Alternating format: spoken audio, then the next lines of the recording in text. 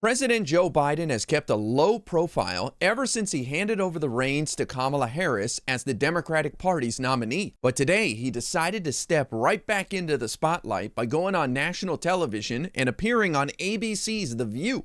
And while there were plenty of great moments during his appearance, it was his choice of words when talking about Donald Trump that are getting a lot of attention. In what comes as no surprise to me, President Biden was welcomed by an enthusiastic and cheering crowd. We are beyond honored to welcome the 46th President of the United States to our table, President Joe Biden.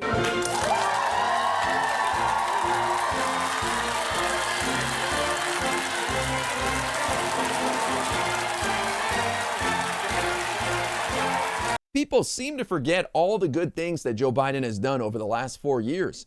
Yes, he had a bad debate performance that ultimately led to him dropping out of the presidential race, but it doesn't take away from all the amazing things he's done for this country during his administration. So of course people are excited to see him, and even more so now that he's not the Democratic Party's nominee, and they've got this exciting new candidate, Kamala Harris. And President Biden did not shy away from talking about his decision to bow out of the race. It's the greatest honor in the world sitting behind the resolute desk as President of the United States, but I loved it, but it sounds corny, but I love my country more. That's right. That's just an incredible...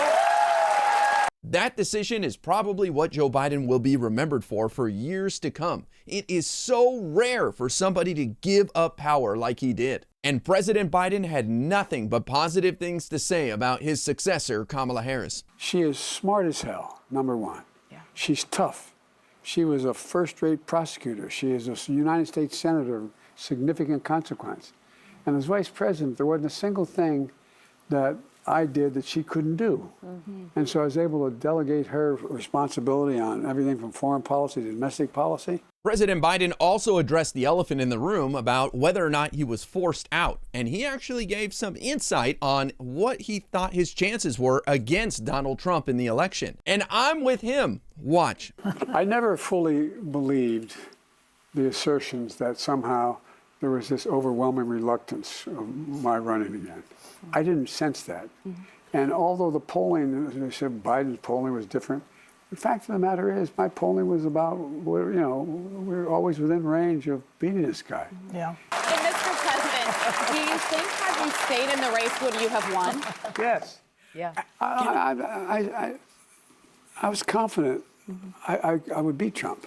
Listen, I didn't like the way they did. I agree with President Biden that he could have defeated Donald Trump. A lot of people were hesitant, negative about Biden because they felt there must be someone else that can be the nominee, and they just weren't excited about Biden versus Trump.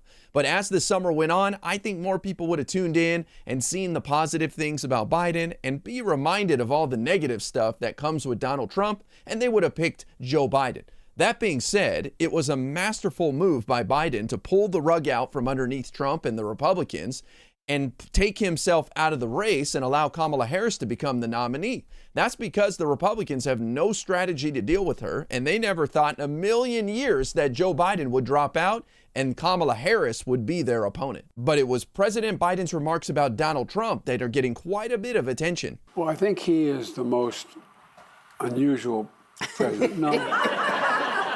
Look, when I ran, I said I was running, one of the first major speeches I made was before Independence Hall about democracy. That democracy was at stake. And to restore the soul of this country. Yes. The soul. I ran for 3 reasons. I said I wanted to restore the soul of the country, meaning a sense of decency and honor. Yep. Secondly, I wanted to make the middle class grow, because when it grows, everybody does well. And thirdly, I wanted to bring the country back together. And I was told we couldn't do any of those things. But we've gotten a lot of them done. And look, Trump is... Careful. There's not a lot of social redeeming value there. No, you think right. But here's the thing. He really does not believe in democracy and the guardrails that our system has set up for the abuse of power. And you look at what he does and what he says, and look what he did. Yes, Look what he on January 6th. And not on just January 6th was absolutely bizarre. Yeah.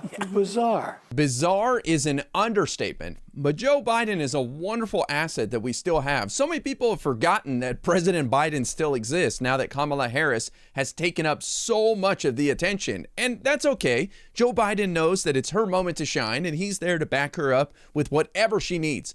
But Joe Biden still plays a pivotal role in our American politics. I think he's a net positive no matter where he goes and what he does. So it's just to our benefit to get him out there in the spotlight and allow him to shine and do what he does, because he's still a masterful politician even in his later years. This is not the last we'll see of Joe Biden between now and the November 5th election. He will definitely be back on the campaign trail, helping Kamala Harris out however he can. And I tell you, I'm thrilled to see Joe Biden get the love and admiration from crowds that he truly deserves for all his hard work and public service.